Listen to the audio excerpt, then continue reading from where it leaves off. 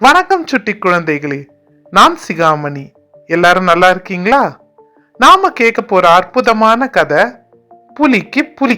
ஒரு காட்டுல ஒரு புலி மரத்துக்கு அடியில ஓய்வு எடுத்துக்கிட்டு இருந்துதான். அப்போ ஒரு குள்ள நரி அந்த பக்கமா பதுங்கி பதுங்கி போறத பாத்துச்சான். ஏய் குள்ள நரியே, இங்க வான்னு புலி உருமுச்சு. குள்ள நரியும் பதட்டத்தோட புலி கிட்ட வந்துச்சு. ஏன் இப்படி பதுங்கி பதுங்கி என்ன கண்டுக்காம போற அப்படின்னு புலி குள்ள நரி கிட்ட கேட்டுச்சு. குள்ள நரி சொல்லிச்சு, புலி ஐயா, நான் சொல்ற விஷயத்தை கேட்டு நீங்க ரொம்ப கோபப்படுவீங்க. அதனாலதான் உங்க கண்டா நான் படாமலேயே அப்படியே போயிடலான்னு நினைச்சேன்.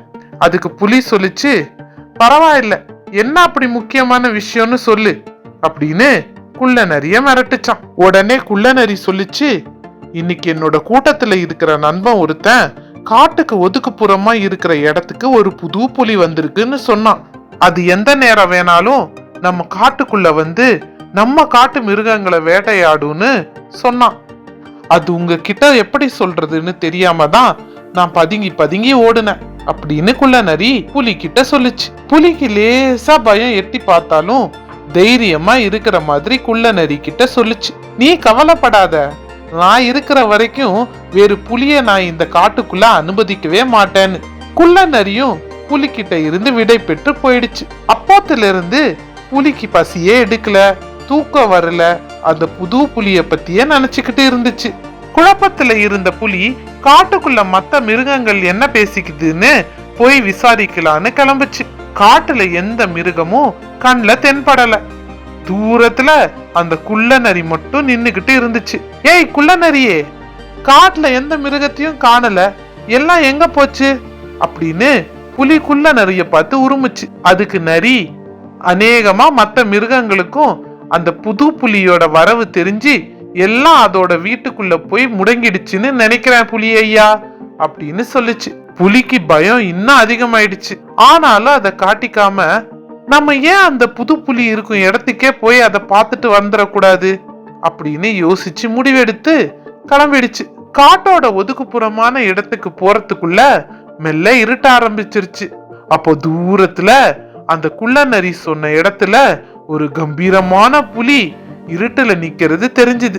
அந்த புது புலிய பார்த்து இந்த புலி நினைச்சுக்குச்சு, அடடா என்ன கம்பீரம், இது நம்மள ஒரு அடி அடிச்சதுன்னா போதும், நம்ம உயிரே போயிடுமே அப்படின்ட்டு மெல்ல காட்டுக்குள்ள ஓடி போயிடுச்சு. புலி சுத்தமா மன நிம்மதியை இழந்துடுச்சு. அந்த புது புலிய பத்தியே இந்த புலி நினைச்சுக்கிட்டு இருக்க ஆரம்பிச்சுது.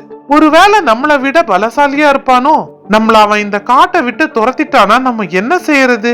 புலியோட மனசுல 1000 கேள்வி ஓடிக்கிட்டு இருந்துச்சு. அடுத்த நாள் காட்டுல பயங்கர மழை. புலிக்கு புது புலிய பத்தியே சிந்தனை ஓடிக்கிட்டு இருந்துச்சு.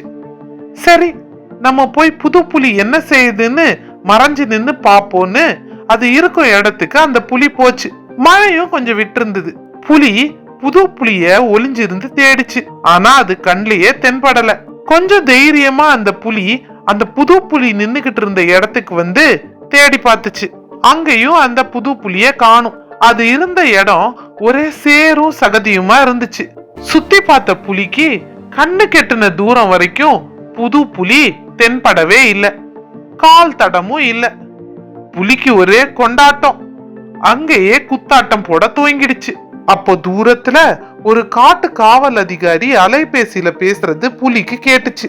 ஐயா, நம்ம இது புலிகள் நடமாடும் இடம்னு பொதுமக்களுக்கு எச்சரிக்கை செய்ய வச்சிருந்த புலி பொம்மை அடிச்ச மழையில கரைஞ்சு போச்சு. இந்த இடத்துக்கு ஒரு புது புலி பொம்மை ஒண்ணு வைக்கணும்னு பேசிக்கிட்டு இருந்தாரு. அதை கேட்ட புலி, அட, தீர விசாரிக்காத ஒரு விஷயத்துக்காகவா நம்ம இப்படி சாப்பிடாம தூங்காம நம்ம மன நிம்மதியை இழந்தோன்னு நினைச்சு வெக்கப்பட்டுச்சு.